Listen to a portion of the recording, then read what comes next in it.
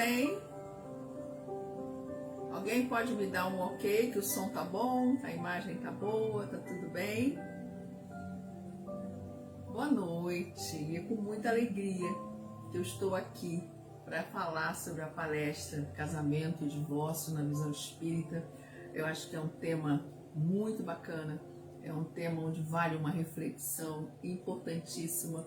Nós que escolhemos a doutrina espírita como um caminho, como um instrumento. Então eu tenho certeza que esse assunto vai fazer sentido para muitas pessoas e vai agregar conhecimento. Como sempre, vou fazer só uma pequena oração para fazer a abertura do estudo, agradecendo essa egrégora maravilhosa, agradecendo a oportunidade de estarmos aqui reunidos, agradecendo a Sueli, ao querido Mauro, que sempre com muito carinho me convidam e dentro do possível sempre aceito, porque esse é um instrumento muito importante e maravilhoso, a divulgação do estudo, não é? E com temas tão relevantes, tão importantes que a casa sempre apresenta, faz-se necessário não somente a dedicação, a disciplina, mas a fé. Então, agradecendo essa oportunidade da casa, agradecendo essa egrégora maravilhosa que conduz tudo, que faz com que todos nós estejamos reunidos em algum momento para assistir a palestra e que possamos sempre ser instrumentos, né, de Deus, da espiritualidade, levando o amor, colocando em prática o que sabemos na teoria, mas principalmente com muita humildade. A humildade, a disciplina e a fé é um campo muito forte para que a gente consiga continuar esse plano reencarnatório tão bacana que a gente passa por aprendizado, não por dificuldade. E baseado nesse sentido, vamos iniciar então o estudo sobre um assunto tão bacana, como eu falei, sobre o divórcio e o casamento na visão espírita. Esse assunto ainda, por incrível que pareça, ainda tem muito tabu, ainda existe muita limitação de conhecimento no sentido tanto da curiosidade quanto do entendimento. E hoje, como uma conversa assim, bem objetiva, baseado no que as pesquisas, né, que para essa palestra poder ocorrer, a gente vê que como tem vários links, que se a gente fosse procurar falar sobre tudo, nós não ficaríamos aqui um tempo tão curto para falar esse assunto tão importante. E muitas vezes que traz sofrimento por falta de entendimento, por falta de conhecimento nesse sentido. Então, hoje falando sobre o casamento e o divórcio, a gente não pode deixar de começar a falar refletindo sobre o conceito, tanto de Kardec, que já naquela época a espiritualidade já estava dando as primeiras informações, sabendo de um progresso no mundo, no nosso planeta Terra, sabendo que ocorreriam culturas diferentes, com diferentes interpretações, mas aquela semente já começava a ocorrer desde aquela época. E isso faz com que, cada vez mais, quando a gente lê a doutrina espírita e junta essas peças do quebra-cabeça, a gente vê como muitas vezes nós sofremos por falta de conhecimento e crenças limitantes. Então, para a gente começar, uma pergunta muito importante do Livro dos Espíritos, que eu trago aqui, que é a pergunta 695. Olha que legal. Kardec, ao indagar os benfeitores se a união permanente de dois seres seria contrária à lei natural, recebeu a seguinte resposta: não, a união de dois seres é um progresso na marcha da humanidade. Ou seja, o encontro dessas pessoas, o encontro de seres humanos tinha um propósito, tinha algo muito além de apenas dois seres que estavam ali naquele momento que nós achamos que por acaso aconteceu. E não era.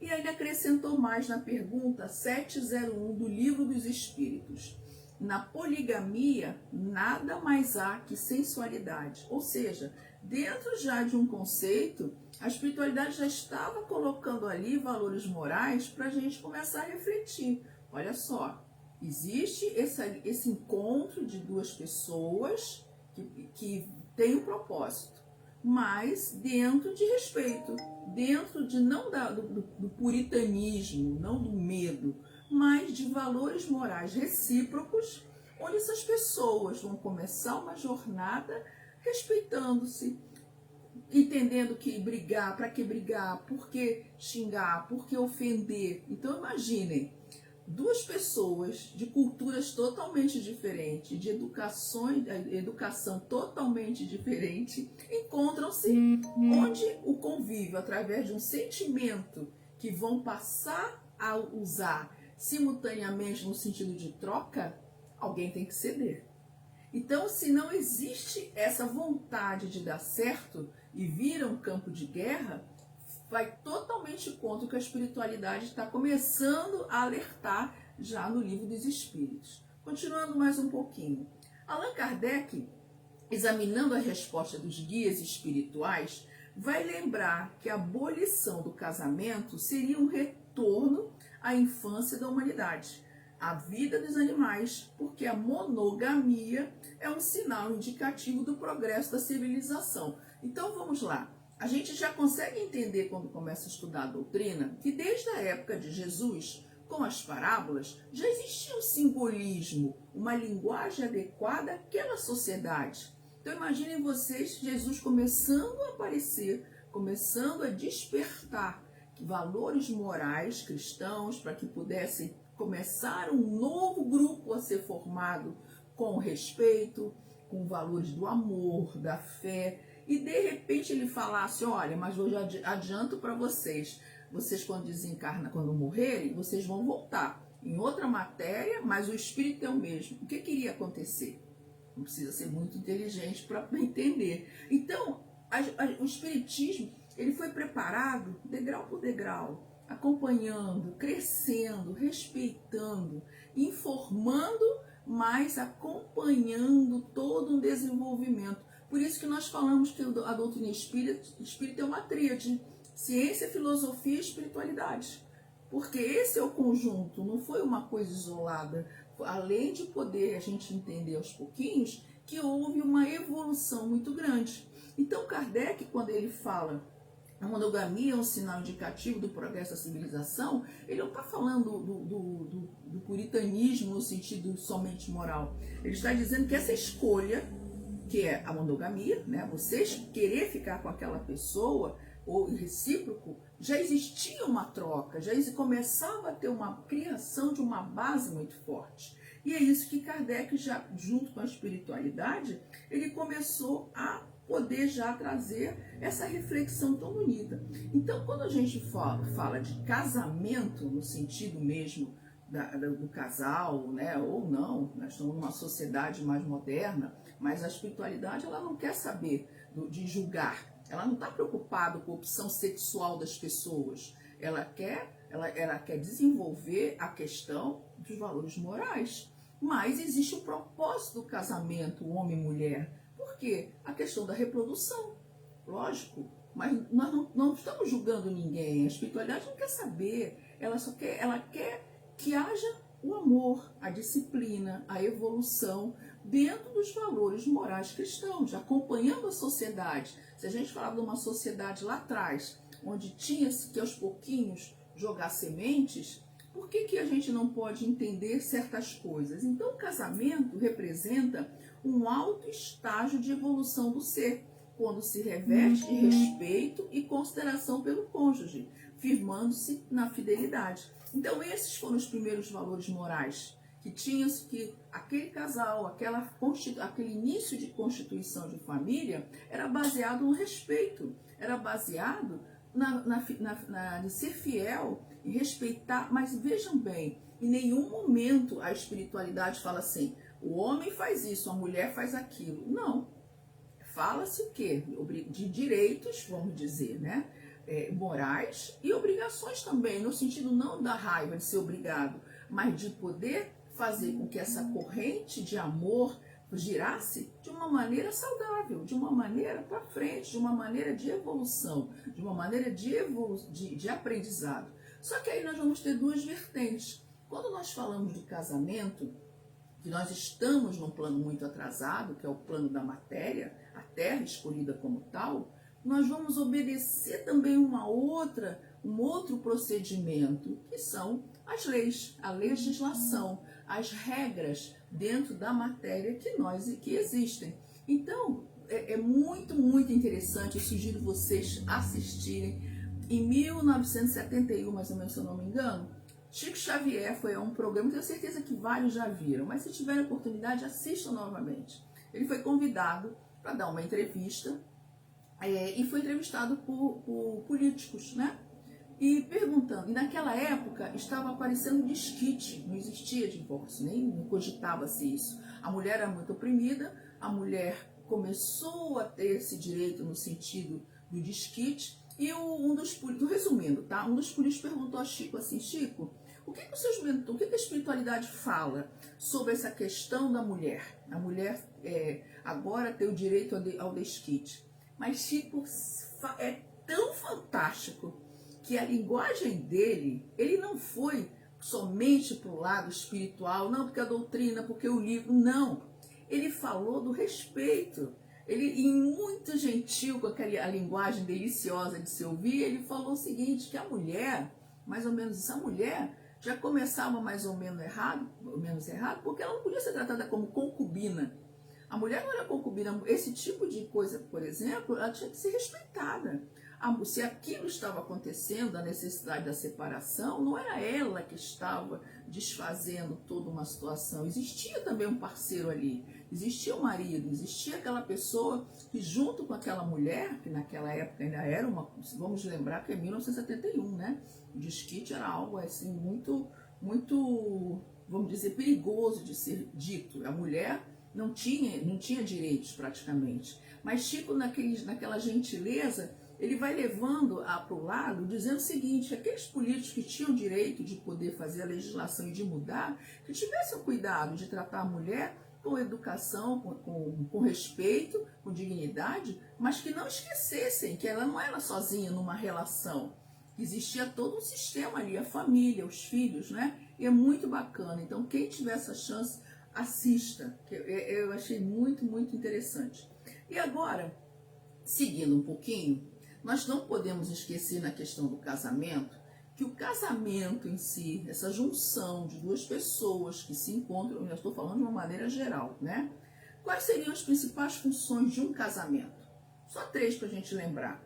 A formação do lar, né? Que através do casamento haverá a formação de um grupo familiar, permitindo que novos espíritos, vejam bem, mergulhem nos fluidos do planeta para avançarem em sua fieira evolutiva. Os livros mais básicos da doutrina espírita, sempre a gente vai ler o seguinte: que os espíritos se reconhecem, os espíritos se reencontram, e dentro de um programa reencarnatório preparado junto com a espiritualidade, esses espíritos que vão voltar precisam retornar para um grande aprendizado, para trabalharem ainda muitas coisas que há várias vidas não conseguiram resolver, e dentre os quais voltarem como casal, ou para não somente, lógico, a gente sabe que tem casais que são muito felizes, lógico, que bom, pessoas que estão se reencontrando por várias vidas com outro propósito, mas nós estamos falando no sentido de aprendizado. Então esse casal que assume esse trato, né, esse contrato espiritual, eles quando reencarnam, eles já sabem o que vão fazer, o que vão trabalhar, mesmo sob o véu do esquecimento, que a gente não pode esquecer que tem, né? Tem espírito, quem estuda sabe o que eu estou falando.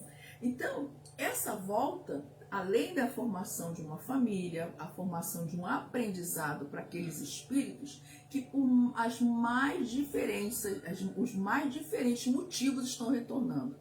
Pode ser que já tiveram como casal em outras vidas, onde ele sofreu por atitudes dela, ou ela sofreu por atitude deles, ou foram espíritos que por algum motivo compartilharam situações onde não conseguiram resolver naquele convívio e pediram ou foram trazidos a reencarnarem como casal. Então, as situações a gente sabe que a doutrina espírita não é um manual, mas existe um propósito muito grande. Temos também um outro tipo da função do casamento, a permuta afetiva. A permuta é a instituição do casamento que vai tornar harmônica e sadia a relação entre os casais. permitindo a troca de valores energéticos através da permuta de vibrações simpáticas. São espíritos que reencarnam como casal, que a grande maioria, a gente vê muito nas comunicações de psicografia, ou mesmo até dos espíritos, né, nas casas, eles falando que voltaram para poder apenas completar um ciclo, onde muitas vezes foi interrompido por algum motivo, mas que aquela convivência foi necessária neste período apenas para completar. E a gente vê, por exemplo, muitos casais que têm uma harmonia muito grande, têm uma afinidade muito grande, mas a gente não sabe o que já aconteceu antes, nós não sabemos qual foi o que aconteceu em outras vidas, mas que as mais diferentes relações vão acontecer através do casamento, vão, porque todos nós temos um plano reencarnatório diferente, mas que por algum motivo nós estamos ligados à nossa família para, como sempre, um aprendizado, nunca para sofrer. Às vezes as pessoas falam, eu voltei para sofrer. Não, não voltou. Aprender para justamente, dentro do livre-arbítrio, a gente tentar fazer diferente. E temos também a função do casamento, o aprimoramento sexual, que o casamento é um dos elementos mais afetivos no instinto sexual. Então, dentro do que a gente fala de uma maneira geral, o casamento, ele vem para não somente lapidar um grande diamante, mas que a gente possa colocar dentro de uma relação o respeito, a afinidade, como Kardec, a espiritualidade fala, a monogamia, né? Se você escolheu aquela pessoa, por que você tem que estar com a pessoa mentindo? Tanto homem quanto a mulher. Por que tem que estar enganando? Por que tem que estar inventando? E são essas coisas que dentro da espiritualidade a gente vai refletindo e vai fazendo um sentido muito grande, muito mesmo. E aí vem a Joana de Ângeles, no livro Amor, Imbatível Amor, que eu aconselho vocês lerem, que é um livro muito legal, uma linguagem muito fácil, mas que fala sobre essa questão de relacionamento. Ela diz o seguinte, olha só: em verdade, o que mantém o matrimônio não é o prazer sexual. Hello, Moto. Desculpa. E agora, estão me vendo? Estão me ouvindo? Voltei. Então vamos lá.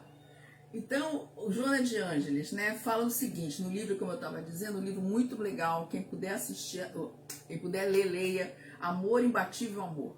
Ela fala o seguinte, olha só: em verdade, o que mantém o patrimônio não é o prazer sexual, mesmo quando inspirado pelo amor, mas a amizade que responde pelo intercâmbio emocional através do diálogo, do interesse nas realizações do outro, na convivência compensadora, na alegria de sentir-se útil e estimado.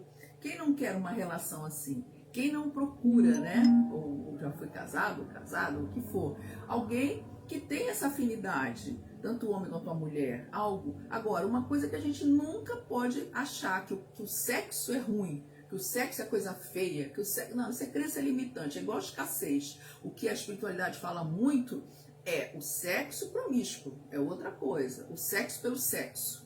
Isso sim, até Chico fala muito isso, sobre a questão de, por exemplo, ele fala da prostituição, dá até como exemplo isso. Ah, mas Maria Madalena, não, é outra coisa. Então, falando de uma maneira para a gente ter essa visão como parâmetro de que as coisas dentro de um casamento pode acontecer de uma maneira saudável, de uma maneira onde ambas as partes estejam felizes. Esse é o propósito. E aí nós vamos falar um pouquinho sobre os tipos de casamento. Eu aconselho também muito, quem quiser estudar, né, Estudando a Mediunidade, Martins Peralva, ele apresenta uma divisão diferente dos casamentos. Então, quando a gente vai estudar a doutrina, que a gente vai por esse lado, os tipos de casamento, nós vamos achar vários livros, várias definições, mas a de Martins Peralva eu achei bem bacana, porque ele é bem objetivo. Então, vamos lá. Tipos de casamentos que podem ocorrer. Os casamentos afins, que são aqueles formados por parceiros simpáticos, afins onde há uma verdadeira afeição da alma. Geralmente eles sobrevivem à morte do corpo e mantêm-se em encarnações diversas, pouco comuns na Terra. São geralmente espíritos que se reencontram, como eu comentei, lembra no início que eu falei que muitos espíritos vêm, já resgataram, já aprenderam muitas coisas, mas eles vêm com outro propósito. eles vêm com o objetivo de colocar em prática o que eles já aprenderam, o que eles já estão em outra fase. Então são espíritos que esta questão de relacionamento, do aprendizado mútuo, já faz parte da vida deles. Então eles vêm com outro propósito. Vou dar um exemplo que eu acho que dá para a gente visualizar. Vocês já devem ter visto várias famílias, né? Que a matriarca e o patriarca, eles têm famílias muito grandes e fazem trabalhos sociais. Por exemplo, eles fazem ONGs, criam ONGs enormes para poder ajudar famílias. E quando você vai ver, é uma família que vem junto a várias, o avô, a avó, bisavó, tataravó, são famílias que vão criando um vínculo de poder cada vez mais ajudar, de poder, um outro sentido. Então, tem muitos espíritos que reencarnam já com outros propósitos. Essa fase de relacionamento para eles já está, vamos dizer, resolvidos. Mas dentro de um plano reencarnatório, ainda é necessário eles virem juntos para outros trabalhos. E temos também os tipos de casamentos transcendentais, que são casamentos afins entre almas enobrecidas, que juntas vão dedicar-se a obra de grande valor para a humanidade. Então, dentro do que eu falei, né, dos afins, eles vêm com um objetivo comum. Esses transcendentais, eles já estão numa outra dimensão, muito evoluídos, que eles vêm já como espíritos, muitas vezes, que nem precisariam mais evoluir. Mas eles vêm para cá um propósito específico dentro de um plano reencarnatório com afinidade determinado pela espiritualidade junto com o aval deles. E temos também os casamentos provacionais, que são uniões entre almas mutuamente comprometidas, que estão juntas para pacificarem as consciências ante erros graves perpetrados no passado e, simultaneamente, desenvolve os valores da paciência, da tolerância, da resignação. São os mais comuns. Então, são espíritos que voltam, que onde eles já entenderam que tem amor entre eles, que existe uma afinidade, um companheirismo. Só que devido a várias reencarnações, esses espíritos, por mais que tenham esses bons sentimentos, ainda não aprenderam certas coisas. É aquele tipo mais ou menos assim, que o casal, eles têm um amor enorme entre eles, mas não tem paciência, falta vontade de escutar, falta vontade às vezes não consegue ficar sem responder. Então, eles têm a essência do amor, mas eles são ainda aprendizes na evolução de um casal.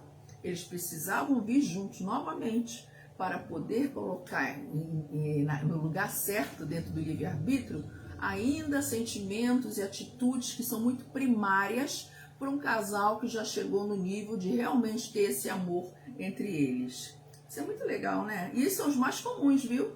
São os mais comuns. Temos também, depois que eu estou vendendo, existem também os casamentos sacrificiais, que são aqueles que se caracterizam por uma grande diferença evolutiva entre os cônjuges. Um espírito de mais alta envergadura que aceita o consórcio com outro menos adiantado para ajudar em seu progresso espiritual. Não preciso nem falar, né? O que seja.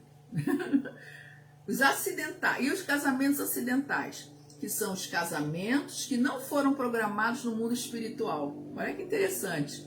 Obedecem apenas à afeição física, sem raízes na afinidade sincera. Não sabemos em qual categoria nos achamos, mas não existe o acaso. Ninguém se acha sob o mesmo teto por uma mera casualidade. O que a espiritualidade mostra aqui é o seguinte: tem esses planos reencarnatórios, né, que vem o casal, tá? Aí a gente vai falar um pouquinho mais à frente. E por algum motivo você separa, divorcia tudo. De repente você conhece outra pessoa.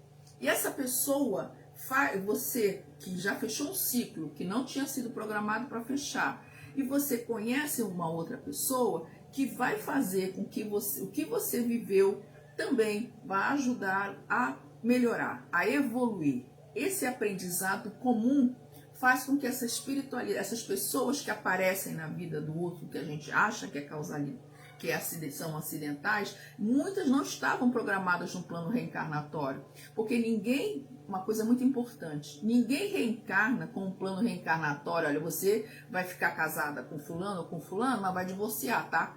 Não existe isso. Nós voltamos, cada um com um plano, mas dentro do livre-arbítrio da gente, a gente acaba mudando o destino ou não, né? Ou aqueles casais que sofrem juntos até desencarnarem, aí volta de novo. E aqui, seguindo mais um pouquinho, a gente não pode deixar de lembrar as relações extraconjugais. O que seriam essas relações extraconjugais? São as relações que não estavam nesse propósito de um aprendizado, por exemplo, de um casal, mas um deles resolve ter uma relação fora do casamento. A pessoa nem consegue resolver os seus problemas, mas arruma uma outra pessoa fora que não estava programada para isso, mas sem desvencilhar da pessoa que estava antes, tanto o homem quanto a mulher. Aí vem Divaldo Franco e fala o seguinte: relações extraconjugais são uma forma de promiscuidade e desrespeito. É sempre uma ofensa. Ouviste o que foi dito aos antigos: não adulterarás. Eu, porém, vos digo que tudo que olhar para uma mulher cobiçando-a, já no seu coração cometeu adultério com ela. Mateus, capítulo 5, item 27 e 28. Esses conceitos, essa expressão, vocês podem prestar atenção. É tudo respeito, é a consideração. E a gente pode até levar tudo isso, com muita sabedoria, a todos os setores da nossa vida. A uma amizade sincera, a um respeito às pessoas da nossa família, no nosso trabalho.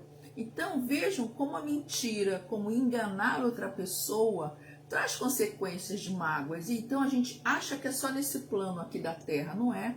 Espiritualmente nós estamos mexendo numa vibração tão pesada, tão difícil, porque se nós acreditamos numa base, temos fé nos valores morais cristãos, por que a gente vai mentir? Por que a gente vai enganar alguém? Para que isso? Então é isso que está sendo muito dito pela espiritualidade.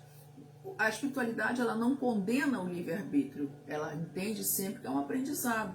Mas se nós temos um pouquinho de aprendizado, e se nós falamos que nós queremos evoluir e melhorar, por que a gente não pode escolher o caminho da verdade? O silêncio é uma verdade, vocês sabiam? A gente não precisa ficar batendo boca, conversar com ninguém. O silêncio é sabedoria muitas vezes. Então, o livre-arbítrio é nosso. Mas o enganar, o mentir, o fazer trapaça é um livre-arbítrio que não vai levar à evolução. E a espiritualidade, ela não vai mandar castigo, você vai voltar para aprender, você vai sofrer de propósito, quero ver o que você vai aguentar. Jamais. Espiritualidade é luz, é amor.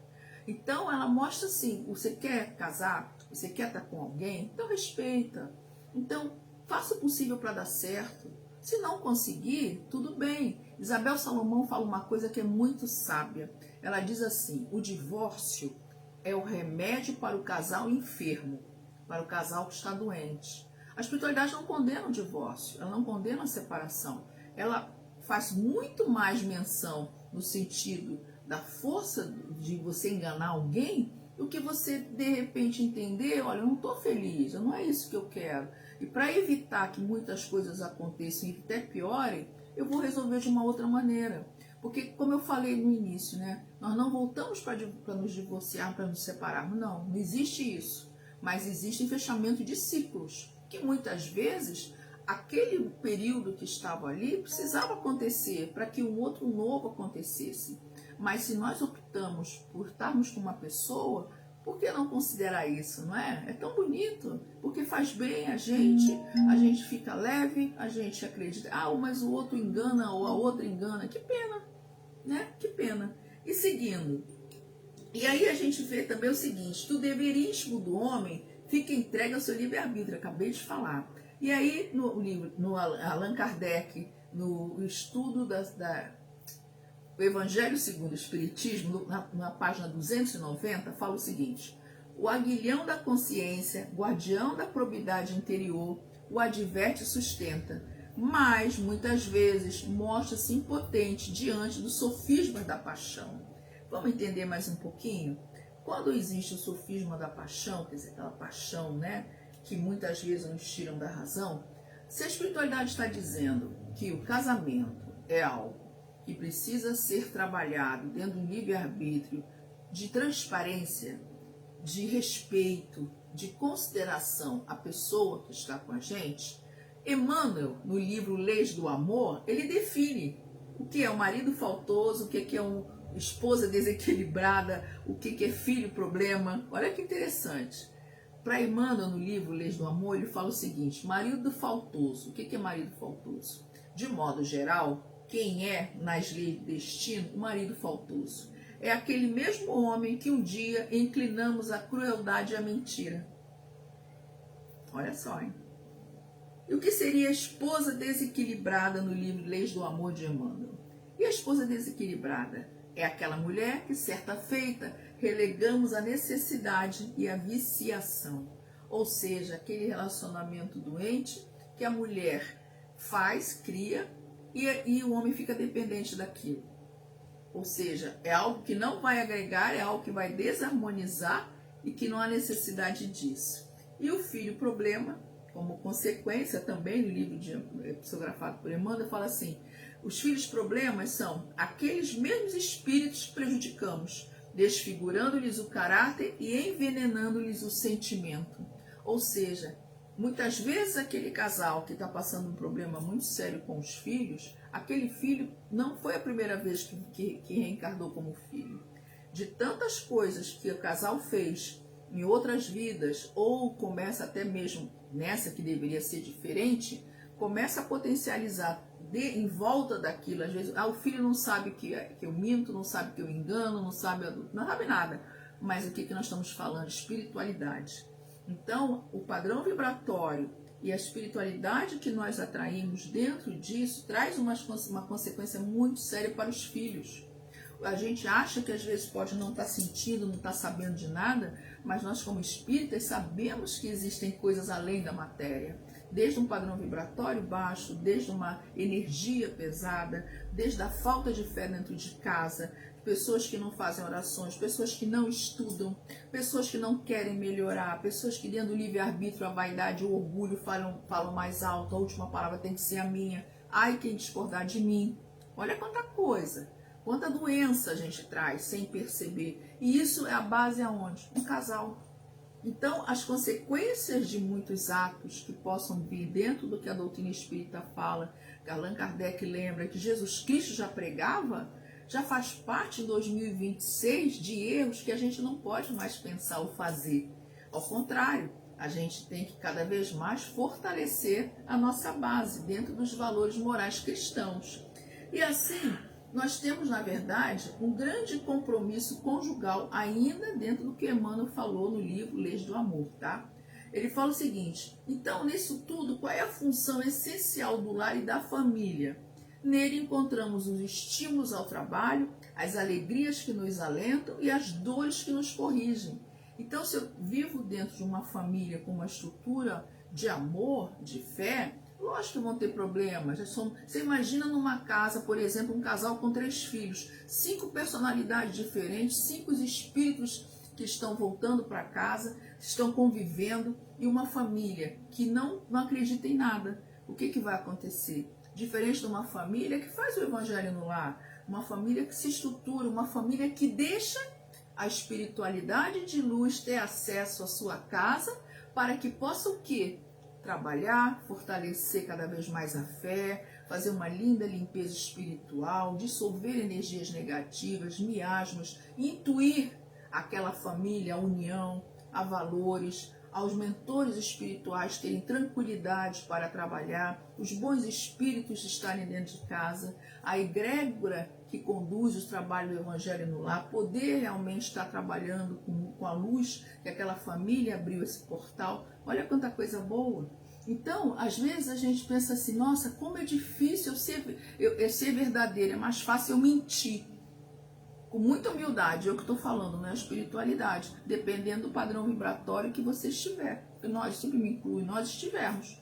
Se eu estiver no padrão vibratório de negatividade, de querer sempre me sentir vítima de tudo, de não ter fé em nada, lógico que eu vou, para mim, mentira é algo que é muito fácil, eu vou até justificar. É igual a pessoa que se automedica, toma remédios pesadíssimos, você fala para ela assim, não faça isso, procure um médico da terra, vá conversar, ver se realmente necessita. Não, eu tomo isso, a minha amiga tomou, é muito bom e vou continuar tomando porque me faz bem. É livre-arbítrio, mas precisava fazer isso? Imagina a gente trazendo isso para a nossa vida, né? Dentro da nossa casa. Quanta coisa a gente pode mudar quando nós temos fé e amor e disciplina, que é o principal, né? De tudo isso. E aí, seguindo, Emmanuel só fecha o seguinte: o amor real, por manter as suas raízes no equilíbrio, se faz afirmando dia a dia, por intermédio da convivência que se vai estreitando. E o amor, nascido de uma vivência daquele casal que se conheceu lá atrás, que se escolheram, progressiva e madura, não tende a acabar-se, mas o que? A ampliar-se, uma vez que os envolvidos passarão a conhecer vícios e virtudes de um e do outro, manias e costumes. Ou seja, quando um conhece, vai conhecendo, cedendo, compreendendo, realmente não querer mudar o outro, mas criar uma grande base sólida, criar um companheirismo dentro de um amor, de um respeito, dos valores morais cristãos, ter orações em casa, fazer o evangelho, estudar, assistir palestras, que é tanta coisa bacana que a gente vai fazendo dentro de casa. E aí eu trouxe para vocês, Mauro, Sueli, se eu estiver passando aí, me fala, tá? Que eu vou só acabar rapidinho, então. Trouxe aqui uma história que eu acho muito bonita, que é de Joana de Cusa, que ela foi uma seguidora de Jesus Cristo. Não vou ler toda a história, mas só para vocês entenderem, tá? Ela era casada com um alto funcionário de Herodes Antipas, que era um dos perseguidores de Jesus Cristo. Ela ouviu falar que Jesus ia passar na cidade dela. E ela vestiu-se, né? Ela era muito rica, uma mulher muito poderosa. Ela vestiu-se com muita humildade e foi assistir Jesus. Ficou fascinada com Jesus Cristo. E aí ela começou a seguir Jesus, até que ela teve a chance... Tá, obrigada, Su. Ela teve a chance de conversar com Jesus. Aí ela chegou para Jesus e falou assim: Jesus, eu não aceito o marido que eu tenho. Eu não aceito as coisas que ele faz. E eu não quero voltar para casa. Eu não aceito isso tudo. Aí Jesus olhou para ela e com muito carinho falou o seguinte: minha filha, vá e seja fiel. Acredite em que você escutou aqui, não foi à toa. Houve um propósito. E a mudança tem que ser em você. Se você realmente tem fé, volte para sua casa. Ela voltou. E ela voltou diferente, porque ela colocou em prática o que ela ouviu. Para ela, no início, era mais fácil falar o seguinte: ele é culpado, eu não quero ficar com ele, ele está todo errado. Em outras palavras, né? Agora eu sei o que é luz, eu sei o que é bom, eu não quero mais aquele homem. E Jesus falou o que para ela? Vai e volta, coloque em prática o que você escutou. Então, a gente trazendo isso para 2026, quantas vezes é mais fácil a gente acusar, às vezes, o nosso companheiro, do que a gente mudar? Será que a gente consegue ter humildade realmente de ouvir e de entender o que ele quer dizer, ou ela quer dizer, né? Enfim, o que quer dizer, o que quer ser dito? E às vezes a gente cria uma coisa tão pesada dentro do que a gente acha no nosso racional no planeta Terra e esquece o espiritual. Se a gente aprende que espiritual é amar ao próximo como a si mesmo, ou seja, como é que eu vou amar alguém se eu não me amo? Eu tenho que me amar. Se eu já sei na doutrina, por exemplo, perdão, o poder do perdão. Ah, mas eu não vou ter opinião? De jeito nenhum. Espírita não é tapete, não é capaz para todo mundo pisar. Não, não é isso. Nós vamos ter opinião, posicionamento na hora certa, no momento certo, com educação, com diálogo, com amor, com abertura para uma solução, não para briga, não para discussão. Então, que a gente possa trazer isso para a nossa vida, a gente possa entender o que Jesus quis dizer a Joana, que a Joana entendeu, voltou e foi ser feliz novamente. E às vezes a gente precisa fazer tão pouco, tão pouquinho, e a gente dentro da nossa vaidade não quer ceder. E aí cria-se uma situação tão complicada que quando a gente acorda, a gente vê tantas situações, né? eu sou advogada, então eu lido muito com divórcio, muito. É muito comum homens e mulheres que pedem o divórcio gostando do marido ainda ou da mulher. E por quê? Por vaidade não querem voltar. Não querem porque não querem. Então imagina a parte espiritual, né? Como isso acontece. Então vamos falar do divórcio agora um pouquinho, tá? O que é o divórcio? Agora a gente vai entender para a espiritualidade o que é o divórcio, o que significa. A espiritualidade condena? A gente acha algum livro dizendo não divorcie? Não. Mas existe algum estímulo? Não. Estímulo a quê? Ao casamento, evoluir, amadurecer, melhorar e os dois serem felizes. Para criar o quê? Uma família onde terão filhos, onde eles vão receber valores morais e ter a continuação normal, né, do que a gente pode fazer. E aí a posição, o divórcio para o Espiritismo, o Livro dos Espíritos e o Evangelho segundo o Espiritismo fala o seguinte: a posição espírita ante o divórcio está plenamente estabelecida nas duas obras mais conhecidas da codificação espírita, que é justamente o Livro dos Espíritos e o Evangelho segundo o Espiritismo. Opa, peraí. Então, esse negócio de dizer que a doutrina julga, a doutrina determina, isso não existe. Isso é falta de conhecimento ou crença limitante. São coisas totalmente diferentes. Seguindo um pouquinho. No Livro dos Espíritos, na pergunta 697, Kardec pergunta se a indissolubilidade do casamento pertence à lei de Deus ou se é apenas uma lei criada pelos homens. A resposta da espiritualidade: a indissolubilidade do casamento é uma lei humana, muito contrária à lei natural. Ora, peraí, então se é contrária à lei, vamos ver mais um pouquinho? Na pergunta 940 do Livro dos Espíritos, olha o que a espiritualidade responde. Examina as uniões infelizes, benfeitores voltam a dizer: as vossas leis, nesse particular, estão erradas, pois acreditais que Deus vos obriga a viver com aquele que vos desagradam? E no Evangelho segundo o Espiritismo, no capítulo 22, Kardec comenta: o divórcio é uma lei humana cuja finalidade é separar legalmente o que já estava separado de fato. Não é contrária à lei natural, pois só virá reformar o que os homens já fizeram. E a posição de Kardec deixa-nos serenos para afirmar que o Espiritismo, preste atenção, não é contrário à instituição do divórcio, mas, embora não venha estimulá-lo, nem tampouco incitá-lo nos casais com problemas de relacionamento.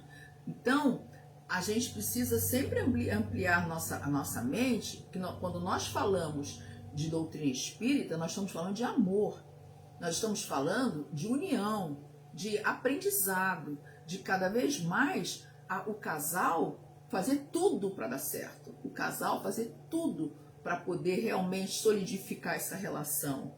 Mas se o casal não está feliz, se não conseguir também trabalhar valores morais, nem com o divórcio vão continuar felizes, vão voltar a ser felizes, porque isso são coisas que cada um carrega dentro de si. Então, a base da doutrina espírita é fazer o possível para dar certo. Mas o divórcio, como disse Isabel Salomão, acaba sendo um remédio para casais doentes. E se esse remédio vai fazer com que esse casal volte a ser feliz e continuar a vida deles, serviu de aprendizado, tudo bem. Mas não que levante-se bandeira que casou divorcia, não é isso, tá? E finalizando, Divaldo Franco fala no livro Após a Tempestade, psicografado por Joana de Ângeles, o seguinte: imprescindível que antes da atitude definitiva para o divórcio, tudo se envide em prol da reconciliação, ainda mais considerando quando se tem filhos, que merecem que os pais se imponham em uma união respeitável, cujo esforço muito dependerá a felicidade deles. Então, os filhos ainda mais precisam, vamos dizer assim, de ser o estímulo para que esse casal faça tudo que possa para melhorar. Mas é óbvio que um ambiente de briga, de confusão, de agressividade, de falta de respeito, de acusações mútuas, jamais vai ser um lar saudável. Então, dentro de um controle, dentro de uma conscientização que realmente tudo foi tentado, a solução seria realmente a questão do divórcio. E na Evolução em Dois Mundos, de André Luiz, psicografado por Chico Xavier, fala-se o seguinte, do divórcio ainda. Quanto ao divórcio, somos de parecer que não deve ser facilitado ou estimulado entre os homens, porque não existem na Terra uniões conjugais, legalizadas ou não, sem vínculos graves no princípio da responsabilidade assumida em comum. Ou seja, é um grande contrato espiritual que é feito antes de nós voltarmos para cá. Então, que esse contrato faça-se tudo para que haja a responsabilidade mútua. Não um é mais responsável do que o outro, não. Dentro do princípio que foi assumido antes de reencarnar. Ou seja, estava tudo preparado. E assim, para a gente encerrar mesmo aqui, só para a gente lembrar que o divórcio não seja uma coisa banalizada. Não seja algo, não, eu vou casar, mas qualquer coisa eu tenho divórcio. Não, isso é muito longe para uma pessoa que tem valores morais cristãos fortes e quer evoluir e quer melhorar. Mas então a gente consegue entender, primeiro, a gente precisa ter esse amor da gente, nós precisamos nos amar. Eu não vou amar alguém se eu não me amar. Segundo, os valores básicos de educação, respeito, consideração, reciprocidade, e conseguir fazer com que o ambiente em um casal possa cada um ceder um pouco, cada um ver no outro também as suas qualidades, e poder entender que houve um propósito espiritual para aprendizado. Ninguém volta para dizer, a espiritualidade fala, agora você vai aprender, vai voltar com ela ou com ele, para você pagar tudo que você fez de errado. Isso não existe. Volta-se o quê? Para um aprendizado, através do quê? Da humildade. Então, a doutrina espírita elucida claramente o problema do lar, definindo responsabilidades e entrosamento aos remanescentes do trabalho a fazer, segundo os compromissos anteriores em que o marido e a mulher assinaram contrato de serviço antes da reencarnação. Dois espíritos sobre o aguilhão do remorso ou tangidos pelas exigências da evolução. Programa de obrigações regenerativo. Compreendemos então que os irmãos que não puderem evitar o divórcio, porquanto ignoramos qual seria a nossa conduta no lugar deles, nos obstáculos e sofrimentos em que foram defrontados, mas interpretemos o matrimônio por sociedade venerável de interesse de alma perante Deus. Que possamos, meus amigos, nesse assunto de hoje, que foi um pontinho do iceberg, porque teria muitas coisas bacanas para a gente falar e aprender, tenha tocado o coração da gente, né? Que possa ter tocado o coração de vocês que estão assistindo, que possamos refletir que nós não reencarnamos para sofrermos, nós não reencarnamos para pagar alguma coisa, não. Tudo nós concordamos, tudo. Então, nessa questão de relacionamento, houve um grande aprendizado, uma concordância no sentido de voltarmos para aprendermos. Se houve o divórcio, conhecemos outras pessoas, faz parte desse aprendizado, que são as pessoas que cruzam o nosso caminho, né? Às vezes nem estavam programadas para aparecerem, mas a espiritualidade entende que podemos ter adiantado uma fase, porque existem muitos divórcios amigáveis, de muitas pessoas que se divorciam, continuam amigos, com respeito, até melhor do que quando estavam casados, e conseguem evoluir dentro desse relacionamento. Então, que possamos sempre estar abertos ao coração, com o nosso coração aberto, que a gente possa estar sempre respeitando as pessoas que vieram na nossa vida, e que parar também de julgar, né? Porque eu tenho que fazer isso, porque eu tenho. Não, eu tenho nada. Deus é amor, a espiritualidade é amor. A gente não veio para sofrer, nós voltamos para sermos felizes. E que os valores morais cristãos façam parte da nossa vida com tranquilidade, porque faz parte do nosso aprendizado, para isso que nós reencarnamos, voltamos. Muito obrigada pela oportunidade, tá? Como sempre. Mauro e Sueli, sempre que vocês precisarem, eu puder também, farei com o maior prazer. Um beijo carinhoso a todos. Obrigada por terem ficado até aqui. Muito, muito, muito feliz por ter trazido esse assunto que é muito legal, que a gente aprende tanto, né? Um beijo enorme a todos vocês. Vai ficar gravado, né, Mauro? É isso. Vai ficar gravado. Obrigada pelo carinho. Outra coisa, eu queria convidar quem não me conhece a me seguir também no Instagram, Cursos Espíritas, @Cursos Espíritas. Todos os domingos, às 17h45, eu faço ao vivo o Evangelho no Lar. Tem vários vídeos gravados lá. Então, participem, se inscrevam, @Cursos Espíritas, tudo junto. Convidem a família, convidem amigos. É um momento de muita força, de muito amor. E a espiritualidade presente que conduz é maravilhosa. Tá bom? Um beijo carinhoso. Tchau. Obrigada, Mauro. Obrigada, Su. Obrigada a todos vocês que ficaram até aqui, tá? Beijos. Tchau.